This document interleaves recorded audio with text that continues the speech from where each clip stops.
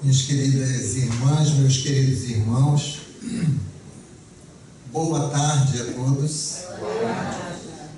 Que Jesus nos abençoe em mais esta oportunidade feliz de estarmos aqui na sua casa, ocupando o nosso tempo de forma útil, para juntos estudarmos um pouco mais o seu Evangelho à luz da doutrina espírita.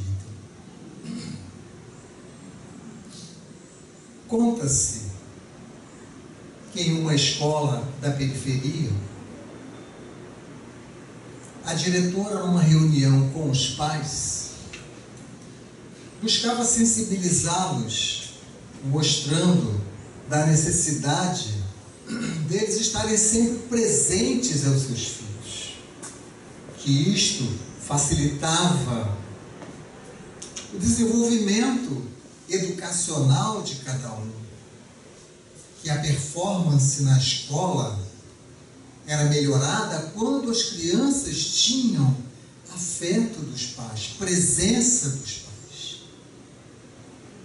E foi então que um certo homem presente à reunião, de uma forma muito humilde, pediu a palavra e contou que ele não tinha tempo durante a semana de estar com seu filho, que ele saía muito cedo para trabalhar e o filho estava dormindo, e ele voltava muito tarde do trabalho e o filho já estava dormindo, e ele justificou dizendo: se eu não fizer isso, eu não consigo sustentar a minha família.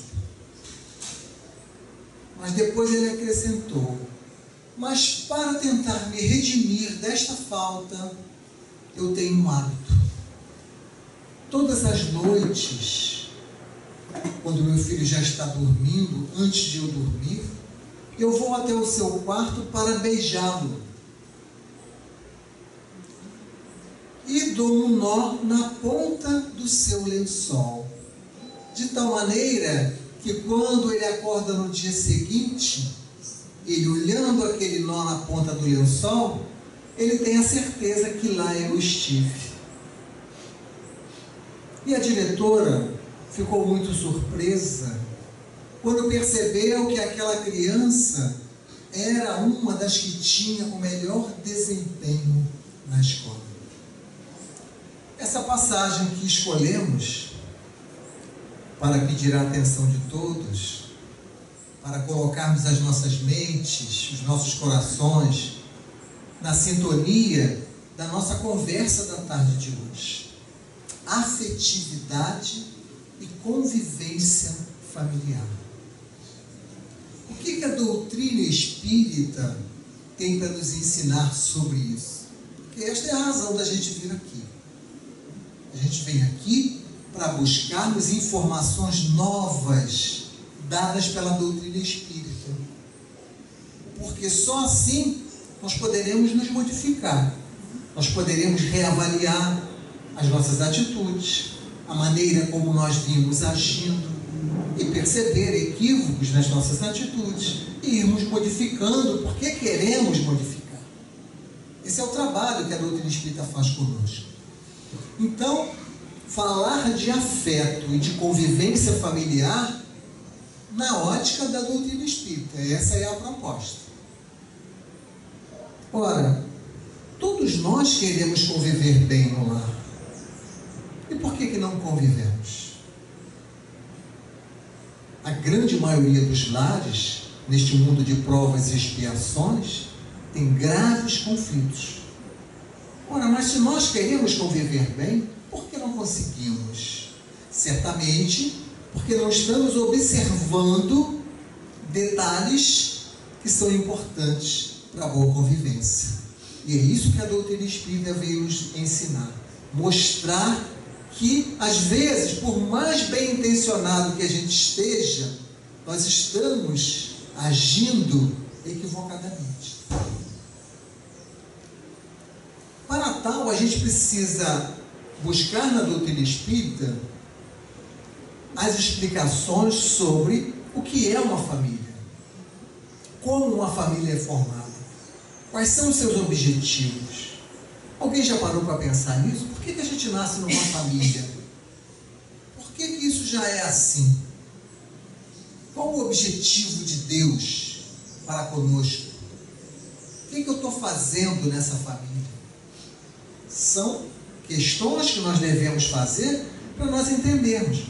Os benfeitores espirituais vêm nos explicar, por exemplo, lá no Evangelho segundo o Espiritismo, capítulo 14, honrai pai e mãe, vem nos falar das famílias espirituais, das famílias corporais, vem nos falar que conforme nós vamos desenvolvendo afinidades com as pessoas, elas vão fazendo parte da nossa família espiritual. Quando nós pensamos de forma igual, quando nós temos sintonia, quando nós temos afeto um para com o outro, vai se construindo uma família que nunca mais será destruída, que é a família espiritual.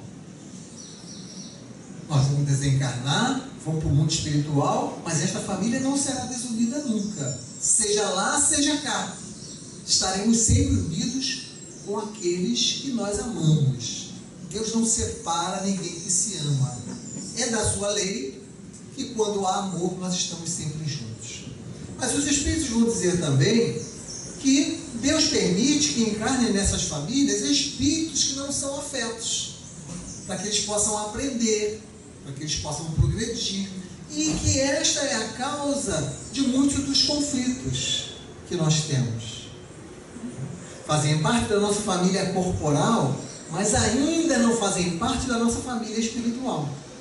Farão um dia, pois que afinal o Cristo disse que todos nós faremos parte de uma única família, a família universal, né? Aquela passagem em que ele vai dizer quem é minha mãe, quem são os meus irmãos. Todo aquele que faz a vontade do meu Pai, este é a minha mãe, estes são meus irmãos. Ali ele está ensinando que no futuro todos nós faremos parte de uma única família, porque nós teremos afeto uns para com os outros de forma completa, conforme nós vamos evoluindo. Mas vamos ver o nosso dia de hoje, né? Lá na frente ainda falta muito para chegar. E como fazer para conviver com essas dificuldades? Primeiro, compreendendo que as famílias são formadas para que a gente se melhore como pessoa. Nós somos colocados na convivência com os outros, porque esta convivência faz com que a gente reavalie as nossas posições, as nossas posturas, as nossas opiniões. Faz com que a gente tenha que ceder, tenha que renunciar. Faz com que a gente trabalhe o nosso orgulho, trabalhe a nossa vaidade. Porque esse é o plano de Deus. O plano de Deus é que a gente seja feliz. Ponto final. Esta é a única determinação que nós temos. Seremos felizes um dia. Então ele vai fazendo de tudo para que a gente busque o caminho dessa felicidade. Porque ele não nos criou perfeitos e felizes. Ele nos criou simples e ignorantes. E ele vai nos dando todas as ferramentas conforme nós vamos convivendo para que a gente chegue lá. Mas nós temos livre-arbítrio. Não adianta a gente chegar lá por imposição dele. A gente tem que chegar lá por nossa livre e espontânea vontade. Então a família tem esse objetivo de fazer com que a gente se melhore como pessoa na convivência. E principalmente quando esta convivência é com desafetos. Porque aí nós vamos ter que trabalhar as nossas potencialidades.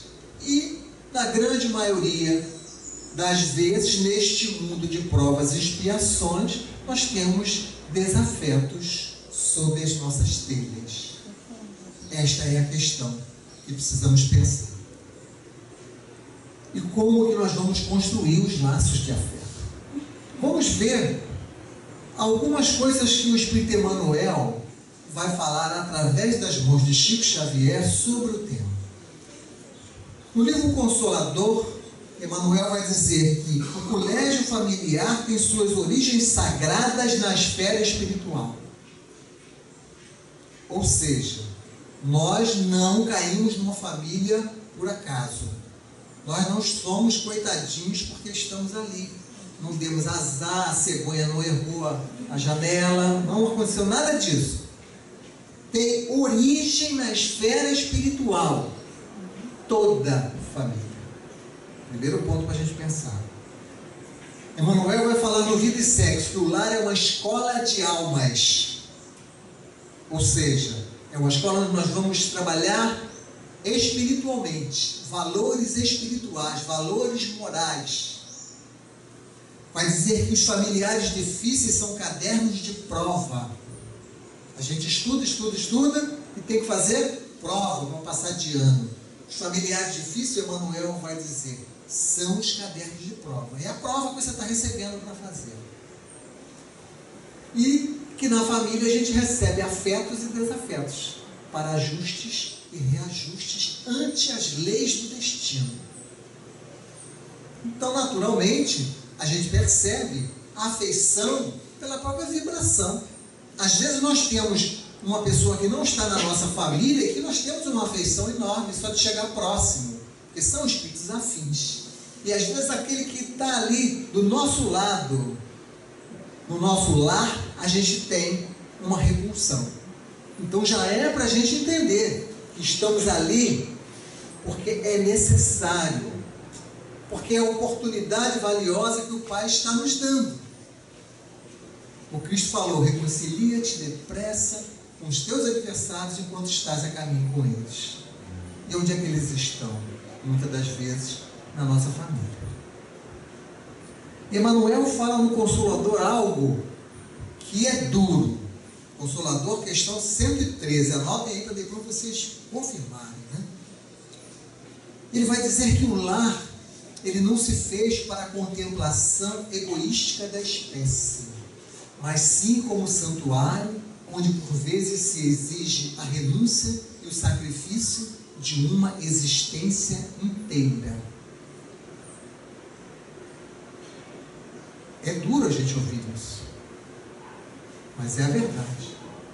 O lar é um santuário onde por vezes se exige renúncia e sacrifício uma existência inteira. O que é uma existência diante da eternidade? Menos que um minuto, menos que um segundo. Vão falar os Espíritos na questão 222 do Livro dos Espíritos. Então nós temos uma visão distorcida.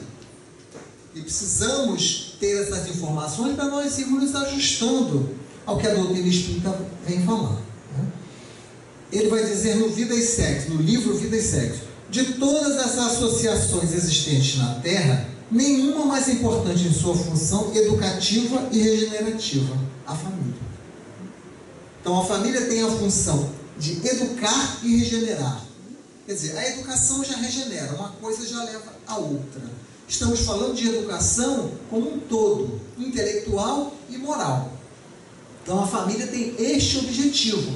E a gente fica achando que é só com os nossos filhos. É muito com os nossos filhos, sim. Mas também entre cônjuges, entre irmãos, entre pai e filho. Nós estamos nos educando, nós estamos num processo educativo. Às vezes a gente tem um filho que já pode ser um espírito que está na nossa frente. Ele vai nos educar com seus valores, com as suas colocações. Às vezes é o oposto. Em todas as relações, nós estamos trocando valores e convicções. Então daí a gente já começa a perceber como que devem ser as relações familiares. Seja a relação entre os cônjuges, seja a relação entre irmãos, entre pai e filho, etc. Entendendo que não estamos ali por acaso, entendendo que temos ajustes e reajustes a fazer. E mais, entendendo que nós, espíritas, que já adentramos aqui ao portão da casa espírita, temos maiores responsabilidades. Porque já estamos ouvindo tudo isso, e muitas vezes aquele familiar difícil que está em casa nunca teve acesso a essas informações. Ora, então de quem é a maior responsabilidade? É nossa. Não tenho dúvidas disso.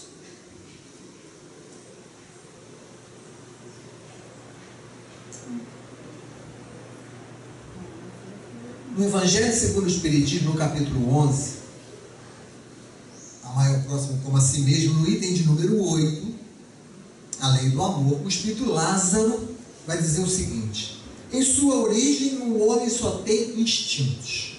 Quando mais avançado e corrompido, só tem sensações. Quando instruído e depurado, tem sentimentos. Aqui é para a gente entender como é o processo de construção do afeto. Porque a gente acha que é assim, a gente vai acordar amando. E não vai ser assim. A gente vai acordar do jeitinho que a gente dormiu no dia anterior. Talvez com mais reflexões. A construção do afeto é algo demorado. Como o Espírito está dizendo, o homem, ele está falando do homem, não está falando de animal, não, está falando do homem, de nós, da fase hominal. Nós começamos só com instintos, e muitos de nós ainda temos os instintos sobressaídos. Depois nós vamos avançando para as sensações, para depois chegarmos no sentimento, no afeto.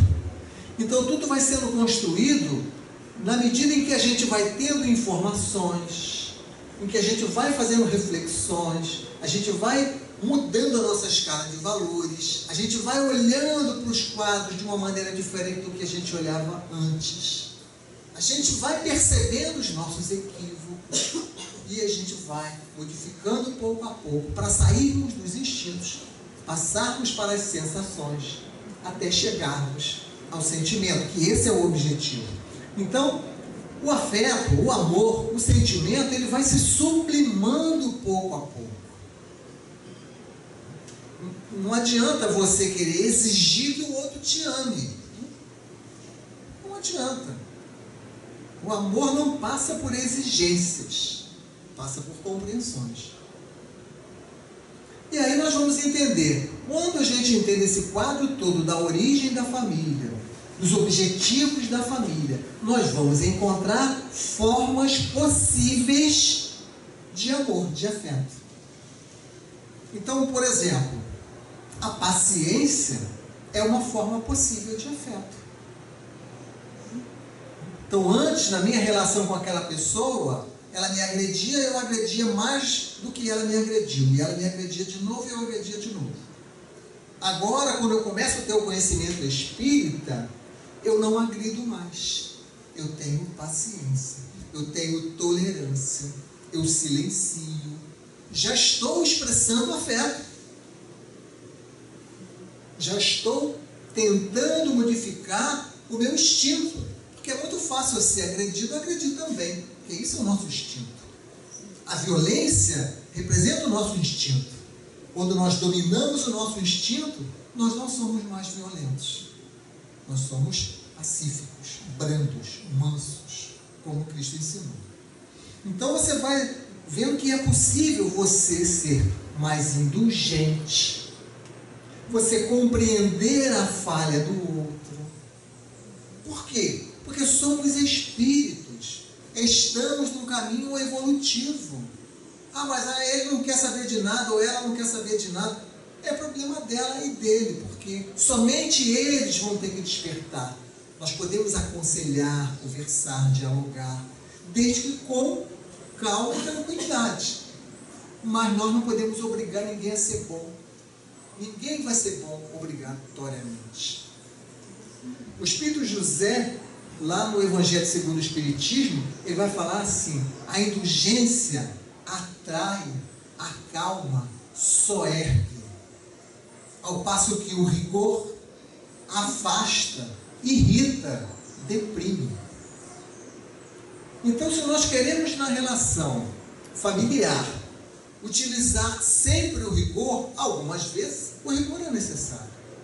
Mas se a gente só usa o rigor, a gente vai cada vez mais afastar aquele familiar de nós, irritar aquele familiar que não vai querer mais ouvir nada do que nós falamos, deprimir aquele familiar.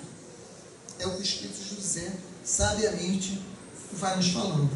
Então, a gente pode buscar o diálogo na hora certa, a gente pode orar por aquele familiar que eu não consigo nem dialogar. Então, há formas de afeto possíveis no nosso atual estágio evolutivo. Se a gente ainda não consegue ser um Chico Xavier, que amava incondicionalmente, amava mesmo, o sentimento já estava presente, a gente vai tentar fazer o melhor dentro do nosso estágio evolutivo. Um dia nós faremos o que ele faz, mas agora ainda não conseguimos. E isso requer tempo, requer trabalho, requer estudo, requer uma série de coisas para que a gente consiga evoluir. Ora, nós estamos sempre esperando que alguém nos ame, quando deveríamos nos preocupar mais em amar. A oração de São Francisco, né, já vai dizer isso, né? Procure mais amar do que ser amado. O Espírito Hamed vai falar no livro Os Prazeres da Alma, através da psicografia de Francisco do Espírito Santo Neto, o seguinte: amar não significa esperar que alguém nos satisfaça todos os anseios e necessidades que cabe só a nós satisfazer. Então a gente quer que o outro que está na nossa relação, e aí não estamos falando só de esposo e esposa, estamos falando também de filho, de pai, de mãe, de tio, de qualquer coisa, que o outro sempre esteja satisfazendo aquilo que nós queremos, satisfazendo os nossos anseios, e aí a coisa não funciona. Se cada um se preocupar em satisfazer o anseio do outro, aí sim nós vamos avançando. Agora, se eu só vou satisfazer o anseio do outro, se ele satisfizer o meu, aí nós ficamos patinando. Eu espero por você, você espera por mim, e a gente não se encontra nunca. Porque o orgulho está sendo o condutor das nossas atitudes. Esse é o nosso problema. Essa palavrinha é o nosso problema. Então a gente começa a construir um afeto adoecido, um afeto doente, que em verdade não é afeto. Chama-se de afeto, mas não é um afeto. Chama-se de amor, mas não é amor. É um afeto que ficou doente pelo nosso orgulho. Então a gente começa a criar a ideia de que nós somos um ser incompleto, que precisamos de alguém para nos completar. Que não é uma verdade, basta ir ao Livro dos Espíritos. A gente começa a ter uma carência afetiva, uma visão romântica que faz com que a gente passe por cima de qualquer padrão ético e moral, porque somos atraídos pelo físico, pelos instintos, como disse o Espírito Lázaro. O instinto está nos dominando, então não importa a moralidade. Eu quero isto e ponto final, custe o que custar. É o afeto adoecido, que vai nos levar a crimes, a suicídio. Basta a gente ver na televisão, nos jornais, na mídia em geral, grande causa dos crimes é o afeto adoecido, é a posse, é o amor que quer possuir, que quer ser dono de. Então, é uma forma primitiva, né? Caracterizada pelos instintos ainda que nós temos para chamar de amor aquilo que não é amor. É um amor doente, né? Em que a gente quer moldar o outro ao nosso gosto, em que a gente violenta a individualidade do outro, em que o outro tem que fazer tudo como eu quero, do jeito que eu quero, só eu sei. Então uma relação dessa é uma relação muito difícil. A gente quer dizer para o filho tudo o que ele vai fazer, a roupa que ele vai botar. A gente não dá opções dele fazer escolhas. É claro que depende da idade, depende de uma série de coisas, depende da oportunidade, etc. Mas a gente precisa deixar o outro exercitar a sua liberdade, porque senão daqui a pouco ele está fora dos nossos olhos e não sabe exercitar a sua liberdade. Então, afeto é isso, o afeto liberta. Jesus sempre libertou. Jesus nunca obrigou ninguém a segui-lo. Jesus curava e ia embora. As pessoas seguiam ele porque queriam seguir, mas ele sempre dava liberdade. É claro que tudo tem que ser ponderado, né? Não é uma coisa irrestrita. O bom senso tem que imperar sobre tudo. A gente tem que entender que a nossa felicidade só pode depender de nós. Eu não posso colocar na mão do outro a minha felicidade. Se o outro estiver compartilhando comigo, ótimo, maravilha.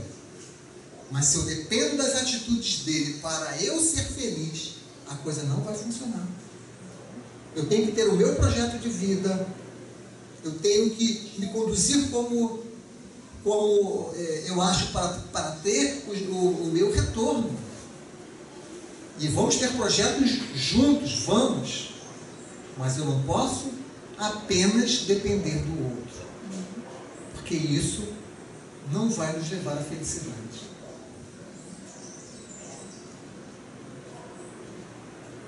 Então, esse afeto adoecido, ele é um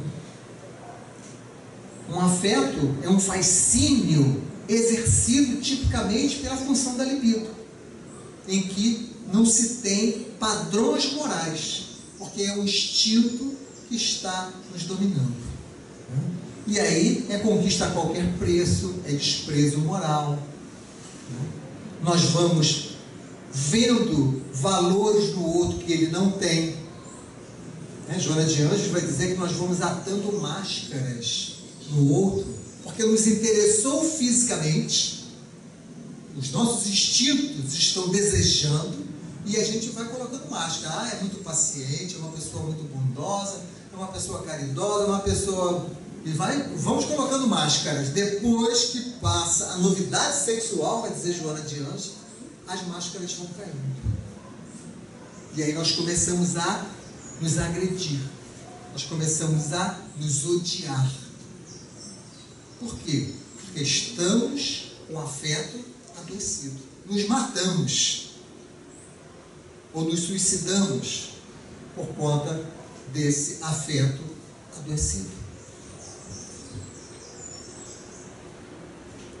E aí os estudiosos, os filósofos principalmente, vão tratar de classificar esse amor, né? Esse amor do instinto, aquele que o Lázaro fala que no início nós só temos instinto, eles vão chamar do amor eros, né? Que é o amor que ele é caracterizado por instintos e sensações, em que ele é arrebatador, ele é imaturo, ele é sensual, é uma atração e um desejo ardente, é uma posse, conduz à loucura, a leviandades, a homicídio, a suicídio. E esse amor, conforme ele vai evoluindo, né, ele vai chegar ao grau máximo que eles vão chamar do ágape, que é o sentimento, aquilo que o Espírito Lázaro falou que nós vamos chegar quando estivermos depurados. Então o sentimento já é um amadurecimento pela dor, em que a gente vai sofrendo, errando, estudando, aprendendo coisas novas e vamos amadurecendo espiritualmente. Então vamos desenvolvendo o verdadeiro afeto. O afeto adoecido fica para trás e a gente começa a desenvolver o verdadeiro afeto, que vai se caracterizar por amizade, por fraternidade, por caridade. Isto é o verdadeiro afeto, a verdadeira afetividade. Para a gente entender melhor, e a gente ver um exemplo claro, para a coisa não ficar só na teoria, vamos analisar o que aconteceu com a Dona Ivone Pereira, por exemplo. A Dona Ivone do Amaral Pereira, na sua relação com seu mentor espiritual Charles.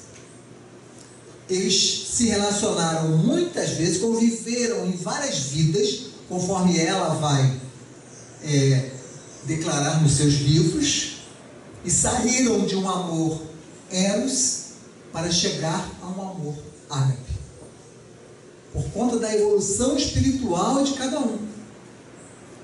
Nós vamos encontrar lá no ano 40, né, no início, logo depois de Cristo, né, logo depois que o Cristo volta para o mundo espiritual, no ano 40 depois de Cristo, a Dona Ivone sendo a Lígia e o Charles sendo o príncipe Sakarã. E o que acontece nessa relação? O príncipe tinha muitas esposas. No aniversário do príncipe, ele era já um homem mais maduro. No aniversário do príncipe, ele ganha de presente a jovem Lígia. E ele se apaixona por ela, o amor eros. E ele não consegue, ele começa a fazê-la a sua predileta, a sua preferida, e desperta no palácio grandes ciúmes, até que vão envenenar a Lígia. Olha o amor eros aonde vai levar. Vão envenenar a Lígia e ela vai morrer. E ele vai começar a ver cada suspeito que ele tinha, ele matava. Olha o amor eros o que faz. Então ele matou diversas pessoas porque suspeitava que aquela pessoa foi responsável por um envenenamento da Lígia. Até que depois, ele não satisfeito, matou-se a si próprio. Então este é o amor eros, que faz loucuras, leviandades. Depois eles vieram convivendo em diversas encarnações. 16 séculos depois, 1500 anos depois, olha o tempo que demorou o Charles sair do amor eros para o amor ágape. 1500 anos depois, eles vão conviver em Paris. Ela é Ruth Carolina e ele é seu irmão mais velho, Carlos Felipe II. Então ele já é um irmão mais velho que cuida da sua irmã com fraternidade. Vão voltar a se relacionar ainda em Paris no século XVIII, onde ela vai ser a Berthe de Saint-Merville e ele um padre. E a Berthe tinha interesses no padre, afetivos, achava que amava o padre, insistia na relação com o padre. E o Charles, a essa altura do campeonato, renuncia e não se deixa levar mais pelo amor eros. A Dona Ivone ainda estava no amor eros e o Charles já estava no amor ágape. Continuam, vão conviver em Bretanha no século XVIII. André de Guzman e Victor de Guzman. Ele agora é irmão, de novo, cuidando da irmã. Com fraternidade, com paternidade.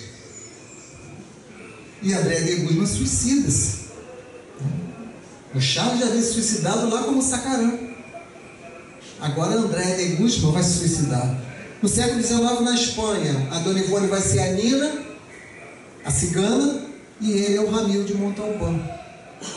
A história é longa, não dá tempo da gente contar, mas enfim, a Nina vai desencarnar, vai encarnar como Leila e será a filha de Ramil de Montalbán, do Charles. Então é o amor paterno mesmo. Até que depois ela vem como Ivone Pereira, e aí vai ser realmente a virada dela, porque até a encarnação de Leila, o amor que ela trazia sempre se caracterizou pelo amor eros. E na encarnação de Ivone Pereira, ela sai do inferno para o céu. Com o trabalho que ela realiza, tendo como mentor espiritual o Charles. Então vejam como que dois espíritos, na sua cavalgada evolutiva, como que eles desenvolvem um afeto. Então hoje, um pelo outro tem um afeto verdadeiro, conforme vão conquistando as possibilidades.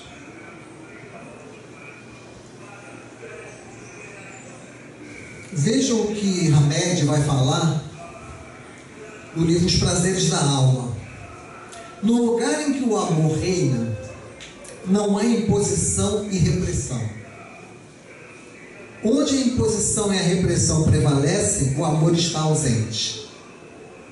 A autêntica afetividade está associada a uma ampliação de consciência e amadurecimento espiritual. Ampliação de consciência, nós vamos entendendo quem somos, o que fazemos aqui, qual o objetivo da vida. E vamos amadurecendo, vamos tirando o nosso foco de cima das questões materiais e vamos colocando o nosso foco nas questões espirituais, porque assim vamos entendendo o que é a vida.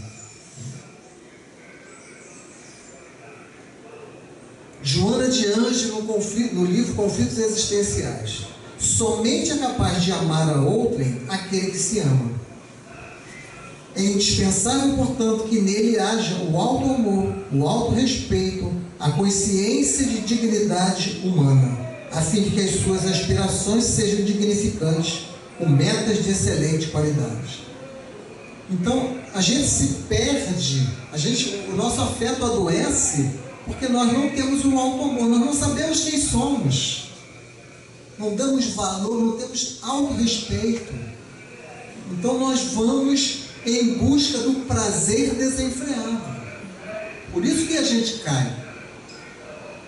Então ela está dizendo, é preciso que a gente se ame, que a gente se autorrespeite, que a gente tenha consciência de quem é. E aí você vai encontrar pessoas, quando você tiver que escolher, que são pessoas afins.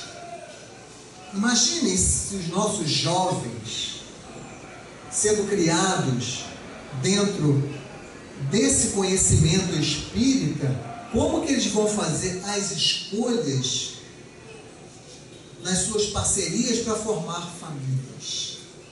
Porque o jovem, na maioria das vezes, faz as escolhas tendo por base apenas os instintos. Então, olha-se apenas para o aspecto físico, para o exterior. E aí depois passa a novidade, como fala Joana de Ângeles, a coisa pega. Não se consegue mais conviver. Passa-se a ser inimigo mortal. Então, quando o jovem tem essa noção, ele vai buscar na pessoa o quê? Afinidades. E não apenas o aspecto físico que o atraiu, mas ele vai buscar valores morais compatíveis com os seus. E é isso que vai fazendo com que a família vá sendo uma célula forte dentro da sociedade. Vão sendo construídas famílias do mundo de regeneração, que são famílias onde o afeto vai imperar, onde o respeito vai imperar.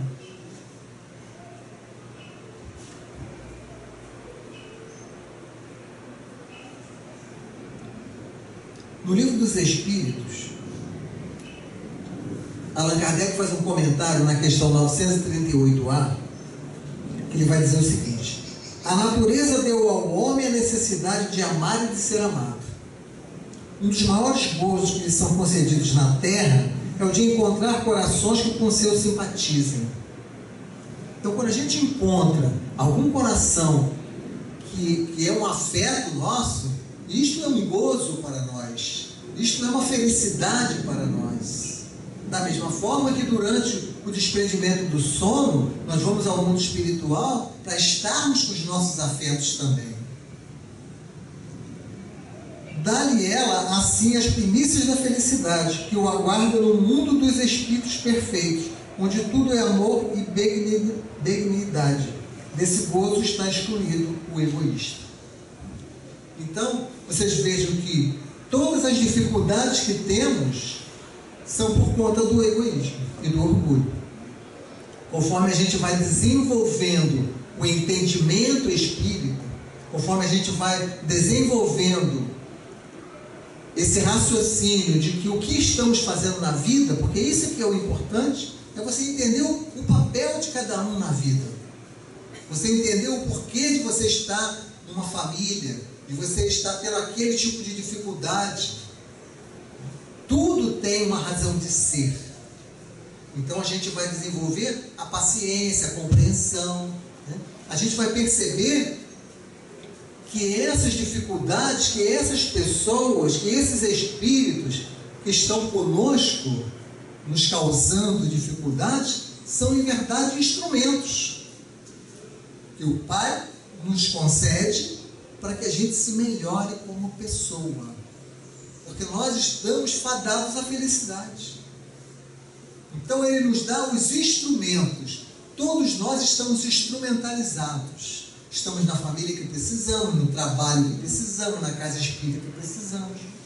Tudo que nós temos ao nosso redor foi o melhor que os benfeitores espirituais encontraram para que a gente consiga desenvolver as nossas potencialidades.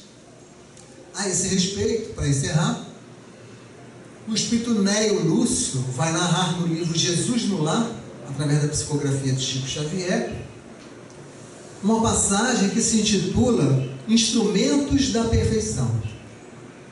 E Neio Lúcio vai registrar que naquela noite, Simão Pedro e os demais reuniram-se com o Cristo para os estudos, como faziam todas as noites. E após Jesus ler alguns trechos dos textos sagrados e ter dado uma pausa natural para a reflexão, Simão Pedro, que estava incomodado, estava irritado naquela noite, ele começa a desabafar. E começa a contar que ele havia se desentendido com a sua parentela. Que um tio o acusou de ser um dilapidador dos bens da família. E que o primo o ameaçou esbofeteá-lo em plena praça pública. Jesus ouviu calmamente o desabafo de Simão Pedro. E depois que Simão terminou de contar tudo o que se passou, Jesus perguntou assim para ele: e você, Simão, o que você fez diante das arremetidas dos familiares incompreensíveis? E Simão respondeu: reagi como te vi. Botei cada um no seu devido lugar. Mostrei diante de uma numerosa plateia que ambos são hipócritas, porque o meu tio é um raro exemplar de sovinice. Meu primo, mentiroso quanto mais. Mostrei para todo mundo quem eles são e não me arrependo do que fiz. Jesus parou, sorriu, aguardou que tudo se acalmasse e perguntou assim para Simão: Simão, o que faz um carpinteiro na construção de uma casa? Simão respondeu sem entender: trabalha. Com o que? Tornou a perguntar o celeste amigo. E Simão respondeu irritado com as suas ferramentas. Jesus então ensinou: pois bem, Simão, aquelas pessoas que nascem e convivem conosco são as ferramentas que o Pai nos oferta para que a gente possa construir dentro de nós o reino dos céus. São martelos, serrotes, para que a gente possa edificar o reino dos céus dentro de nós. Mas a cada um é pedido apenas aquilo que ele pode dar. A ave é solicitada que faça o ninho, mas nenhum serviço mais lhe é pedido. Pede-se a ovelha que dê a lã, mas não se lhe pede o agasalho pronto. Ao homem são solicitadas tarefas na área do amor e da humildade. O ingrato, Simão, é aquele que nos dá a oportunidade de exercitar o perdão. O ignorante vai testar a nossa capacidade de trabalho. O mal vai pôr em prova a nossa bondade. O doente vai testar a nossa capacidade de socorrer. Ora, Simão, se nós não conseguimos auxiliar aqueles que estão próximos a nós, como que nós vamos auxiliar aqueles que estão longe? Se nós não conseguimos amar aqueles que respiram os mesmos ares que nós, como, Simão, nós vamos amar aqueles que estão longe? E diante dessas perguntas, encerra Neio Lúcio, dizendo que ninguém ousou interromper o silêncio que se estabeleceu naquela humilde sala de Cafarnaum. E assim a gente se lembra de quando Jesus aparece por terceira vez para os seus discípulos e após fazerem a refeição dos peixes, pergunta para Simão se ele o amava. Simão responde que claro que sim, Senhor. E ele pergunta por segunda vez se ele o amava. Simão, sem entender, não escutou o que eu falei? Claro que sim, Senhor. E Jesus pergunta por terceira vez. E ele fica irritado: mas como, Senhor? Tu sabes que eu te amo. E o Cristo ali falava na sua pedagogia divina que para viver e enfrentar as dificuldades que nós temos, é preciso o amor. Enquanto nós estivermos afastando do amor, nós vamos sofrer. Enquanto nós não entendermos que é através do amor que a felicidade virá, nós vamos adoecer, nós vamos sofrer. Que possamos aproveitar bem as lições que a doutrina espírita nos apresenta e trabalharmos esse sentimento que não será milagroso da noite para o dia, mas é pouco a pouco, com empenho, com esclarecimento, dominando os nossos instintos, fazendo com que o amor possa um dia florescer verdadeiramente nas nossas vidas. Muito obrigado pela atenção de todos, muita paz.